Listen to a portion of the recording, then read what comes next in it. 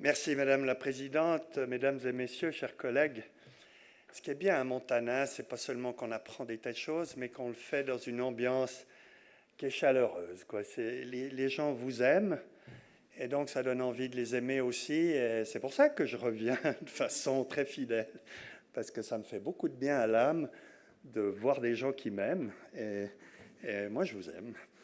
Ce qu'on aimerait faire ce soir ensemble, je crois, c'est un petit voyage dans le passé, pas trop long, mais quand même pour situer la scène, et puis ensuite se poser la question, mais ces choses auxquelles on est exposé, qui s'appellent des aliments, de la nourriture, des recettes de famille ou pas de famille, comment est-ce que ça influence notre capital santé?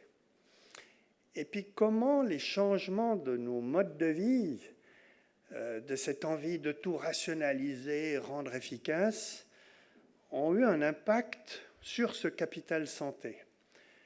Et puis, comme on n'est pas des gens déprimés, la question c'est quoi l'étape suivante qui pourrait nous redonner toutes nos chances en termes de santé?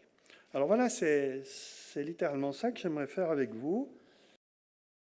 Bon, peut-être que vous savez tout ça, mais vous aurez une sensation très agréable de devoir apprendre facilement quelque chose que vous savez déjà. Il y a à peu près 2 millions d'années, c'est l'âge du génome humain. On était des chasseurs-cueilleurs, en d'autres termes, on se débrouillait dans la nature. Et puis ça nous a mis beaucoup de temps pour devenir des cultivateurs. Et pendant longtemps, on a fait beaucoup d'efforts pour cultiver, mais la nature et les contraintes climatiques rendaient cet exercice de culture difficile. Donc il y avait des périodes d'abondance et des périodes de disette.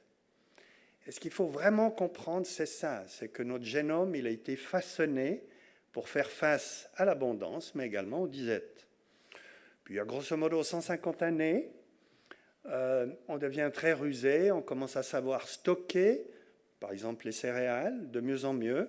On sait préserver la nourriture un certain temps, pensez aux poissons séchés, aux produits salés comme un saucisson fumé, etc. Tout ça, ça a l'air de rien aujourd'hui, mais ça a été des stratégies très subtiles. Et la problématique, c'est qu'en ayant été capable d'avoir toujours un endroit où il y avait une réserve à manger, il était possible de manger parfois, voire souvent, plus que ce dont on a besoin.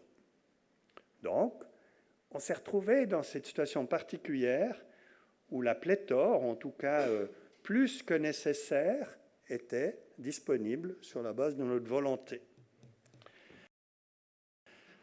Alors, un petit coup d'œil entre un homme, on va dire des cavernes pour faire simple, les recommandations actuelles en termes de diététique, donc la colonne verte, et puis la consommation répertoriée en Europe. Alors je crois que c'est facile à suivre, à comprendre. L'homme des cavernes, 3000 calories jour, alors qu'il était clairement d'un format inférieur au nôtre. Les recommandations, grosso modo, 2000 calories jour, puis la consommation, 50% de plus. C'est pas compliqué de comprendre pourquoi on a tellement de problèmes de surpoids et d'obésité. Puis alors, des choses beaucoup plus frappantes, en tout cas moins instinctives à imaginer, c'est la consommation en protéines d'un homme des cavernes, au moins 250 grammes par jour. 250 grammes par jour, ça fait un steak d'1 kilo, hein, donc c'est quand même massif comme quantité, surtout qu'une bonne partie des protéines de cet homme des cavernes, ça c'est des travaux qui ont été faits sur la base de fossiles, c'était quand même d'origine animale. Alors vous voyez, quand aujourd'hui vous avez un nutritionniste qui vient, mesdames et messieurs, il faut manger les protéines végétales, c'est beaucoup mieux pour vous. Ouais, peut-être, mais le génome, lui, s'est développé sous pression, en termes d'expression génique, sous pression d'une forte consommation de protéines animales. Donc c'est pas sûr qu'on soit en train de faire un pas de danse en équilibre quand on conseille la protéine végétale plutôt que la protéine animale. Mais on y reviendra plus tard dans cette discussion. Toujours est-il que, voilà, les recommandations, environ 60 grammes pour un individu de 70 à 80 kilos, puis on en consomme nettement plus. Alors le sucre, ça a l'air à peu près OK. La graisse, ben évidemment, c'est beaucoup plus. Hein. On a des aliments de forte densité énergétique, puis on s'y est habitué. Puis les protéines, ben, contrairement à nos ancêtres, les fibres, contrairement à nos ancêtres, on en consomme beaucoup, beaucoup moins qu'eux. Quant au sel, vous voyez les chiffres devant vous, vous comprenez bien qu'il y a un vrai problème. Vous pourriez me dire, oui, mais on s'adapte. Alors là, permettez-moi de vous dire que les généticiens, quand on leur dit on s'adapte, ils en perdent leurs chaussettes parce qu'ils vous disent, mais pas du tout. La mutation, l'adaptation génétique, en gros, c'est zéro. En fait, c'est même pas zéro, c'est moins que 0,3% par million d'années. En d'autres termes, vous êtes exactement des hommes des cavernes et même de bien avant les cavernes. Donc, il ne faut pas compter sur l'adaptation pour que vos erreurs alimentaires, je dis vos, hein, les miennes aussi, nos erreurs alimentaires soient compensées par une adaptation génétique. Alors ça, n'y comptez pas. En d'autres termes, il y avait abondance, il y avait jeûne, il y avait peu de sel, il y avait des graisses qui étaient rares, il y avait une activité intense parce qu'il fallait échapper à l'ours qui voulait vous manger et puis fuir, et puis un environnement carrément hostile. Et donc, on est des inadaptés à l'opulence et au confort. Et puis alors, très souvent, j'entends, oui, mais alors si on mange de façon traditionnelle, comme ma grand-maman faisait quand j'allais petit garçon la visiter, qu'elle tricotait pendant que je mangeais, bon, alors ça, c'était l'adaptation ultime à ce qu'il fallait. Alors, je vous ai mis un caclon sur cette table d'une photo d'un repas traditionnel en Inde, sur le long du fleuve Brahmapoutre, pour montrer qu'en fait, là encore, c'est pas du tout vrai. La grand-maman, elle faisait ce qu'on lui avait appris de faire, elle le faisait très bien. Ça ne veut pas du tout dire que c'était adapté au génome. Et puis, comme on ne vivait pas très longtemps de son temps à elle, ben, ce n'était pas très grave, parce que l'erreur répétitive qui dure 50 ans, elle a beaucoup moins d'impact que l'erreur répétitive durant 80 ou 100 ans, qui est plus ou moins la durée de vie de nos contemporains. Encore quelques mots d'histoire. Un gène, dans les années 1600, la famille princière avait une portion alimentaire représentée par 53% de céréales. Vous imaginez un peu votre vie si vous mangez 53%, la moitié de tout ce que vous y mangez, sous forme de céréales.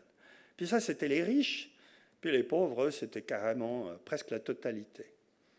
Donc, on voit bien qu'on a développé un formidable tourisme alimentaire, une espèce de sensation qu'on y a droit, on le vaut bien, et on a le droit de manger toutes sortes de choses, et plus c'est divers, plus c'est formidable, plus on adore. Pourtant, quand on regarde des structures des sociétés très traditionnelles, par exemple là, Équateur, Mali, avec leur consommation alimentaire posée devant eux, on voit que c'est resté comme il y a extrêmement longtemps. Et puis, j'ai mis l'Australie parce que je ne voulais pas marquer Montana, quoi. Mais essentiellement, aujourd'hui, tout ça a basculé vers quelque chose. Bon, ici, c'est carrément le superlatif, mais enfin, c'est quand même un peu ça, même chez nous. Pourtant, on sait que l'alimentation transformée, en d'autres termes, pas ce que vous êtes capable de faire dans votre cuisine, ce qui se fait en milieu industriel, ça a un impact incroyable sur la santé.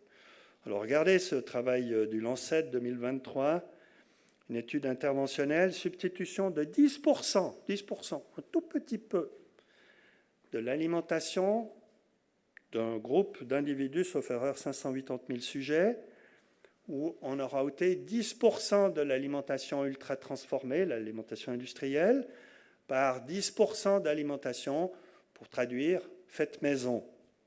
Ben, c'est associé à une réduction du risque de 20% des cancers ORL, d'environ 10% des cancers colorectaux et d'environ 27, en mettant 30% des cancers hépatocellulaires. Puis c'est vrai, même quand vous ajustez pour l'indice de masse corporelle, pour la consommation d'alcool et le reste, donc c'est vraiment l'impact de l'alimentation ultra transformée. C'est phénoménal. Une petite quantité comme ça, un impact aussi massif. Donc, on ne peut pas dire, on ne sait pas, et ce n'est pas vraiment un problème, on s'adapte. On n'a pas le droit de dire ça. Puis ça ne s'arrête pas seulement à ce qu'on mange à la maison, puisque l'Office fédéral de santé publique publie en 2021 que les repas pris à l'extérieur sont présents chez 71% des personnes interrogées.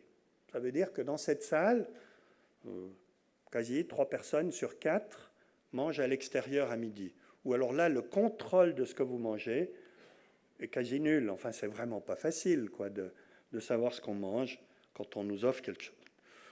Puis alors là, j'ai fait une photo d'un repas il n'y a même pas 10 jours à Genève. Puis je reçois cette assiette, puis je me dis, mais c'est une plaisanterie, quoi. Ça s'appelle un plat signature. En fait, ça devrait s'appeler l'enfer sur terre, quoi. Un morceau de viande fantastique, et puis rien d'autre. Je ne vous parlerai pas du prix, je m'en suis pas remis, mais disons que c'est incroyable, quoi. De dire que ça, c'est un plat du jour, c'est phénoménal. D'ailleurs, un collègue nutritionniste, il y a quasi 50 ans, avait écrit la meilleure...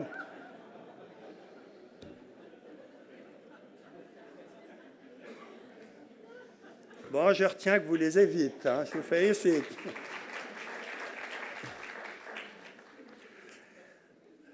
Mutation alimentaire. Grosso modo, ça démarre chez nous dans les années 1800-1850. Et j'ai mis Henri Nestlé, j'aurais pu mettre quelqu'un d'autre, mais en gros, on dit aux gens, écoutez, on va faire la nourriture pour vous. Vous verrez, c'est génial, c'est en boîte, c'est pratique. Vous pouvez en avoir à la maison, vous pouvez le sortir quand vous en avez besoin. Et ce qui se passe, c'est que cette alimentation qu'on vous rend très pratique, très facile à utiliser, elle crée l'aliment omniprésent. Ça veut dire il y en a toujours. Ensuite, c'est la disparition quasi des fibres. Parce que c'est très difficile de conditionner des aliments riches en fibres. Et puis, on augmente la densité, parce qu'il faut quand même en donner pour son argent. Si vous avez l'impression que vous achetez un produit qui n'est pas très riche, vous vous dites oh, j'hésite. Donc, on le rend riche. Et puis, pour être sûr qu'on fasse du profit en permanence, on s'assure de mettre de multiples ingrédients à l'intérieur, parce que comme l'industrie achète des quantités phénoménales de produits pour créer ses propres produits, pour éviter les effets de fluctuation de la bourse qu'on observe pour les denrées alimentaires, en ayant des tas de produits dans un aliment. Vous avez déjà vu sur une étiquette, c'est extraordinaire, vous achetez une confiture qui s'appelle au hasard Bonne Maman, par exemple, parce qu'on va vous faire croire que c'est un produit vraiment fait par la grand-mère. En fait, il y a tellement de choses différentes dans cette confiture que vous vous demandez si c'est vraiment une confiture. C'est la complexité des produits qui garantit un prix de revient, mais qui vous expose à une formidable quantité de nutriments que vous n'avez pas demandé de goûter ce jour-là.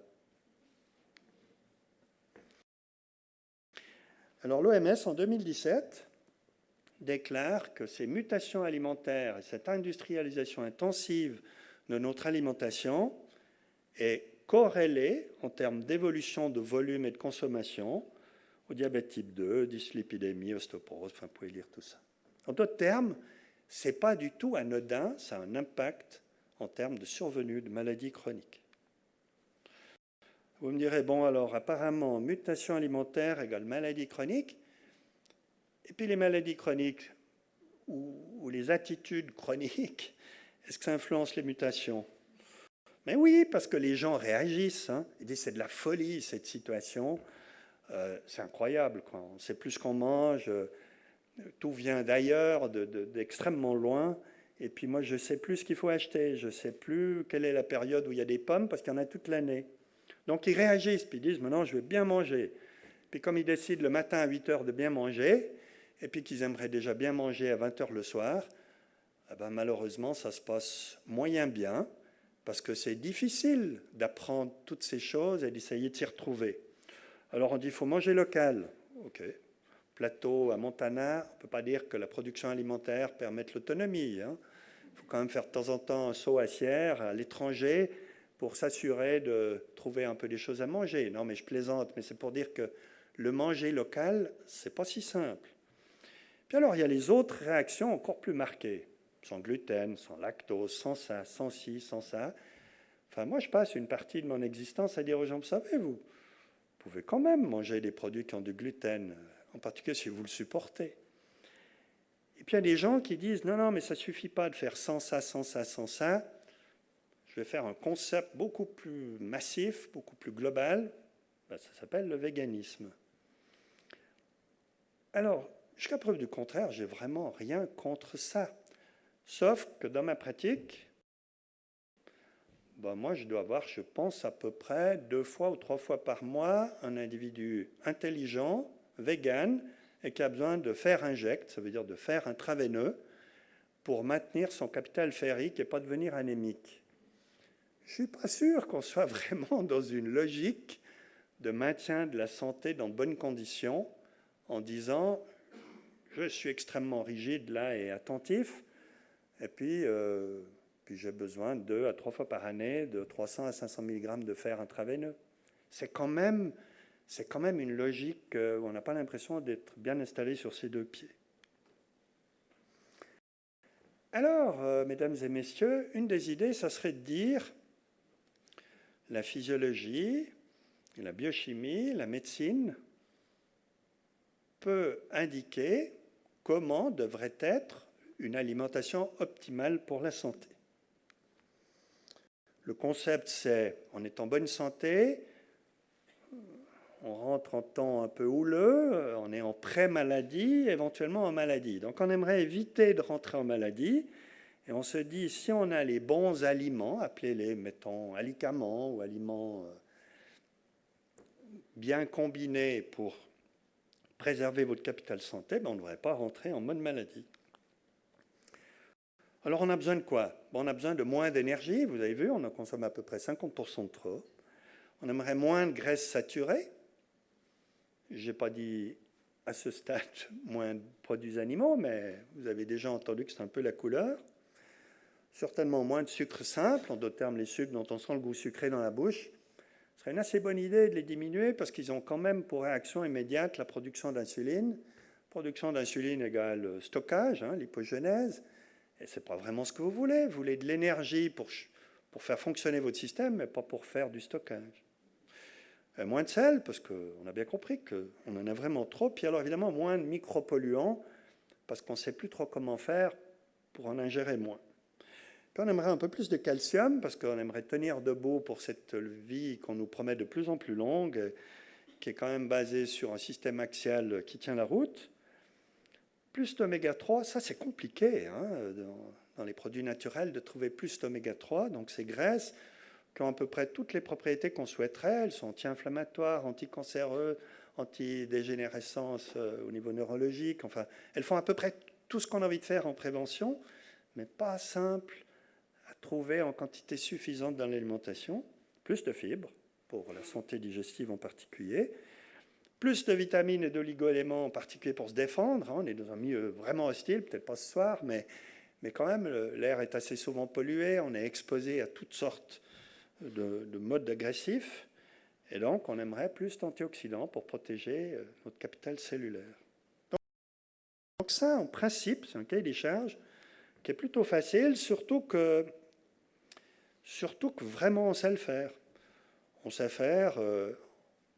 en bricolant un tout petit peu le génome de la vache, peut-être pas la vache des reins, mais à peu près n'importe quelle autre vache, de façon à ce qu'elle nous fasse... je crois qu'il y a eu un petit peu des effets de décalage, désolé, mais des laits qui soient plus vitaminés, qui contiennent moins de graisse, des œufs parce qu'on sait modifier la volaille, qui contiennent des oméga 3. Mais vraiment, je suis sérieux. Vous pouvez acheter de l'œuf naturel où vous ne donnez pas des oméga 3 à la poule, mais vous vous arrangez pour donner les précurseurs alimentaires, donc céréaliers à la poule, qui fait qu'elle vous fait des œufs qui contiennent des oméga 3. Et puis pas de cholestérol, ce qui est quand même assez extraordinaire, parce qu'une poule, ça a des cellules. Une cellule, c'est faite d'enveloppes qui contiennent des cholestérols. Enfin, le précurseur pour les structures des membranes cellulaires, c'est le cholestérol.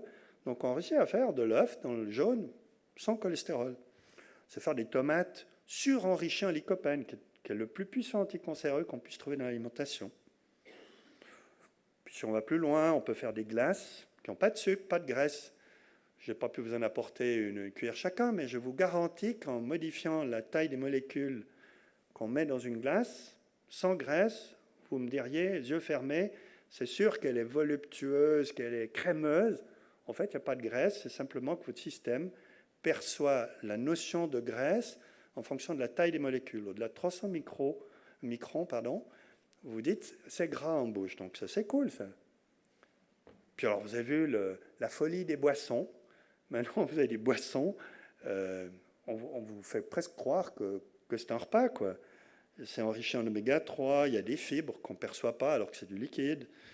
Là, je suis navré, les graisses trans, c'était en haut pour l'œuf. Des vitamines, du fluor, du iode, etc. Donc, on sent bien qu'on saurait faire ça, que ça correspondrait au cahier des charges dont je viens de vous parler, mais on voit bien que c'est le délire. Parce que ça n'a aucun sens de procéder comme ça. Enfin, aucun sens. Aucun sens si on veut retrouver des aliments qui sont produits ici, mangés là, avec un minimum d'impact industriel, ça veut dire de coûts, de transformation, de tout ce que vous voulez, de contamination potentielle. On voit bien que ce n'est pas l'idée. Surtout qu'on l'a testé. Moi, j'ai eu le privilège de travailler pour l'Agence spatiale européenne, par exemple. On a testé ça chez les astronautes dans les vols de très très longue durée, ça veut dire plus de 200 jours.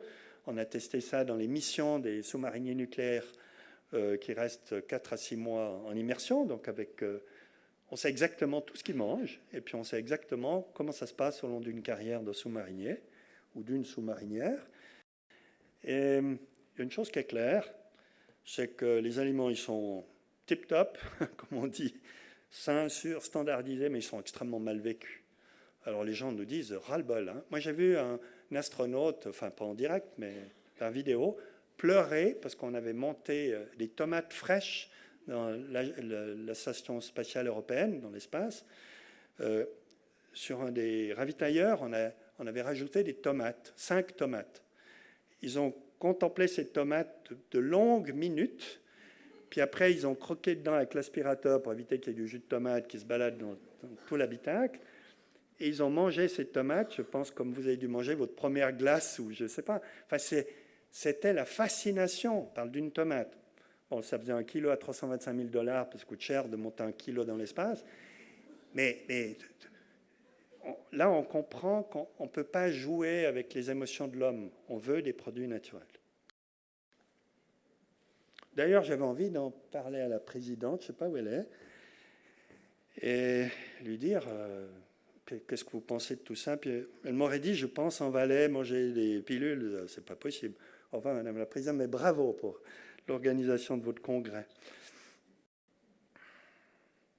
Dans le papier de Nature en 2017, c'est la première fois que cette revue extrêmement précise, robuste, nous fait comprendre que les nutriments, l'alimentation naturelle a un profond effet sur les globules blancs, numéro 1. Numéro 2, un profond effet modulateur sur l'inflammation et la capacité de défense anticancéreuse. Et c'est vrai dans le modèle animal et dans le modèle humain. Et c'est essentiellement lié au microbiote intestinal, d'une part, et d'autre part, au vieillissement cellulaire. Alors ça, c'est la seule diapositive compliquée que je vous assène ce soir à 18h. Il y a 2 parties sur cette... Bon, alors je ne vais pas projeter d'un côté parce que les autres ne verront pas.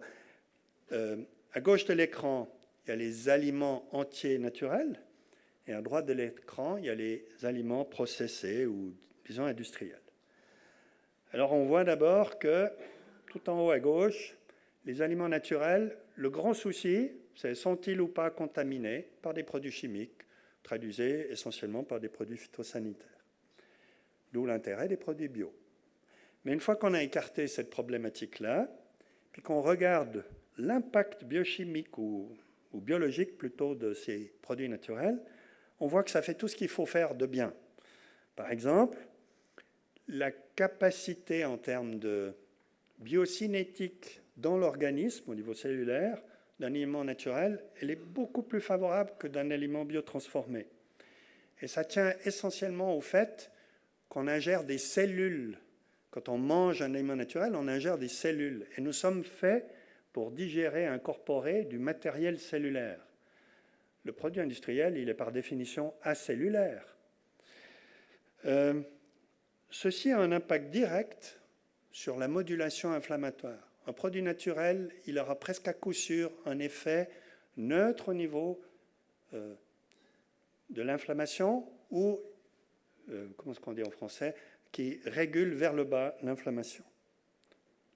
Donc, quand on regarde l'effet fibre, quand on regarde cette interaction entre le produit naturel et notre organisme, qu'on soit un animal ou un humain, on voit qu'on réduit le potentiel de développement de maladies chroniques simplement par injection du produit naturel. Alors que quand on regarde le schéma sur la droite de la diapositive, on voit qu'à chacun des éléments clés, enfin des niveaux clés, on voit que ça fait exactement l'inverse.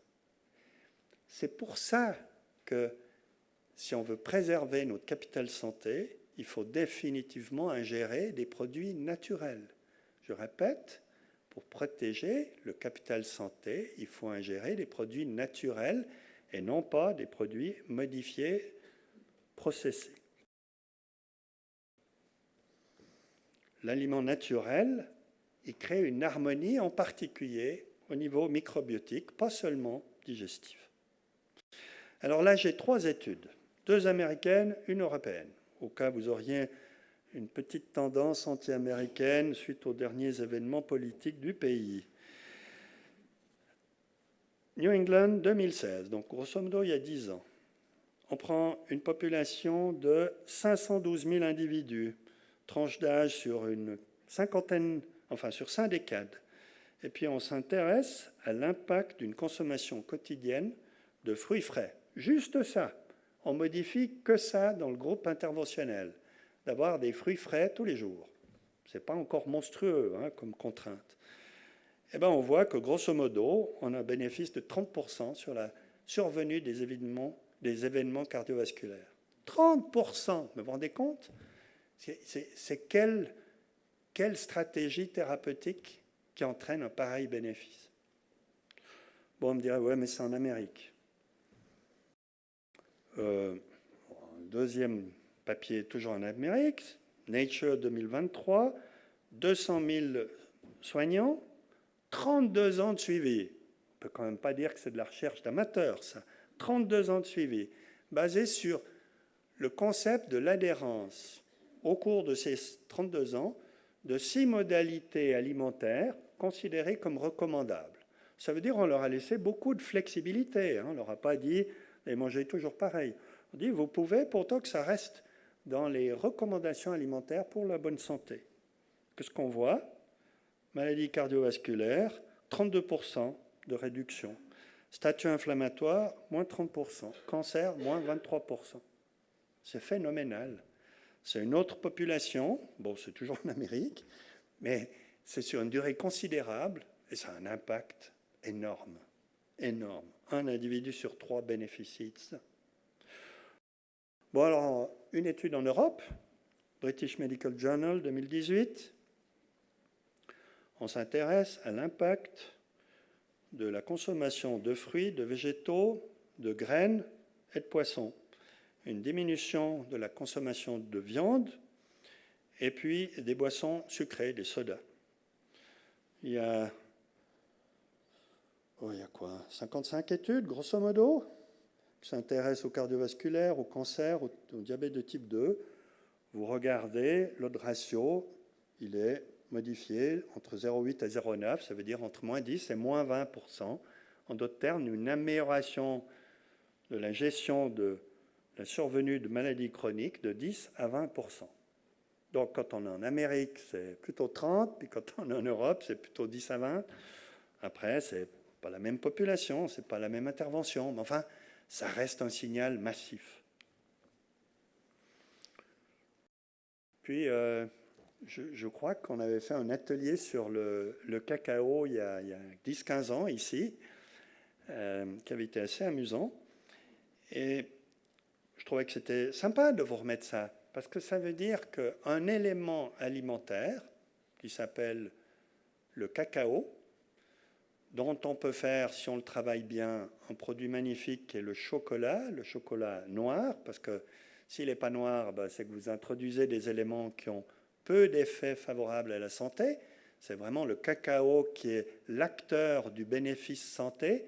Ce n'est pas le gras du cacao.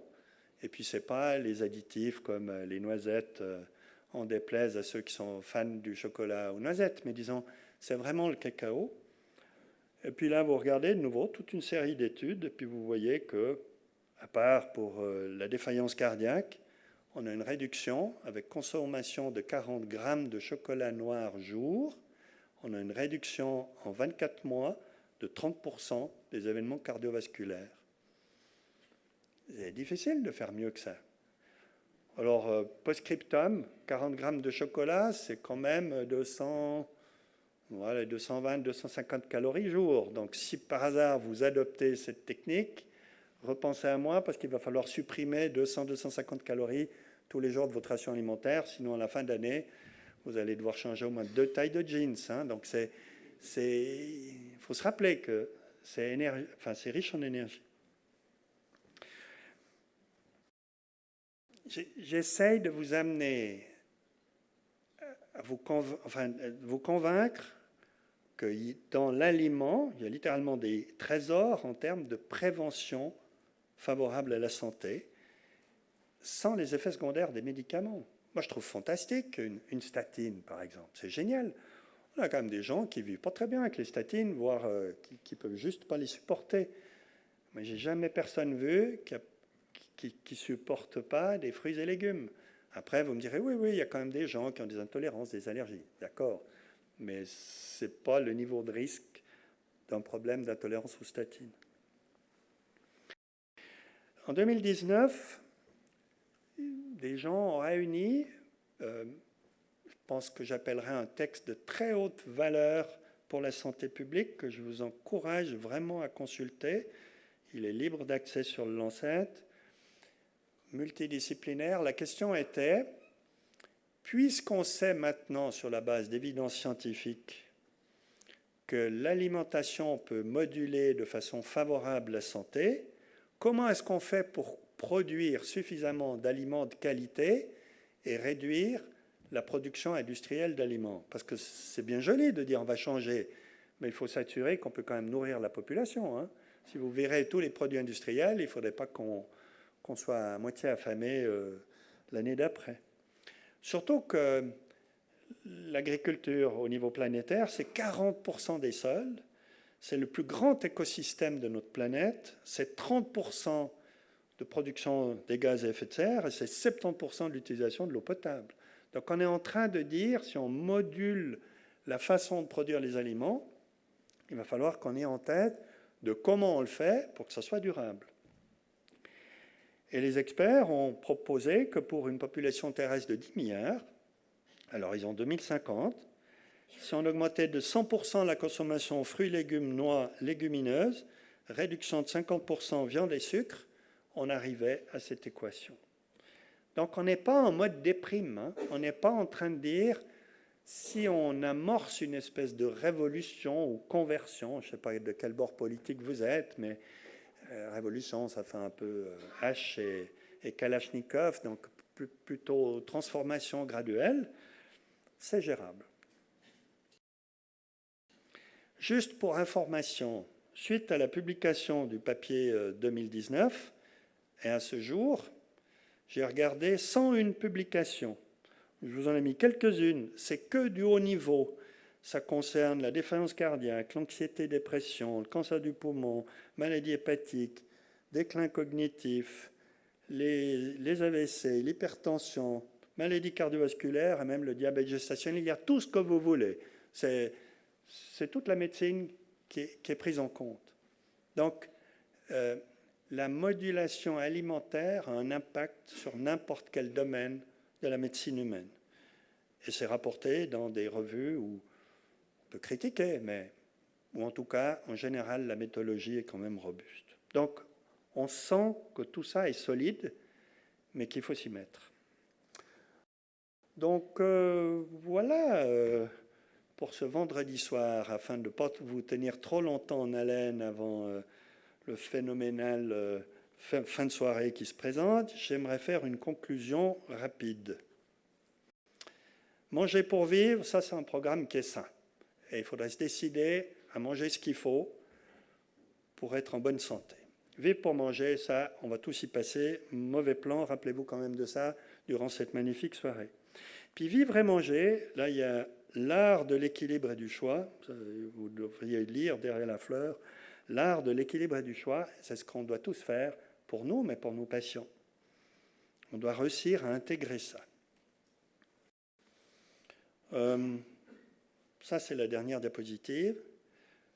On a suffisamment d'arguments scientifiques robustes pour dire qu'on peut faire de la prévention via l'aliment pour les grands domaines de la santé publique, à savoir le cancer, l'inflammation chronique, les maladies neurodégénératives, santé cardiovasculaire, métabolique et digestive. Je pense que la place des éléments naturels, elle est évidente. Et je pense que peut-être on va quand même avoir besoin, d'une façon ou d'une autre, de renforcer l'ingestion en termes de quantité des graisses de type oméga 3, parce que ce n'est pas facile d'y arriver. Et puis, ça reste des incertitudes, il y a des débats d'experts, mais probablement aussi la vitamine D, parce que ce n'est pas toujours facile de concilier la prévention anticancéreuse cutanée et puis une exposition suffisante en vitamine D avec une bonne santé osseuse et une bonne défense immunitaire. Mais vous savez que c'est très débattu, hein. Le coût-bénéfice n'est pas forcément évident. Et ça, c'est la toute dernière, après je me tais. L'alimentation parfaite, sans une activité physique régulière visant à la santé, ça veut dire pas le programme sport-performance, mais visant à conserver cette mobilité, cette nécessité d'avoir à disposition son corps, c'est un couple absolument impossible à désunir. Alimentation, activité physique, ça doit rester un couple. Merci et bonne soirée.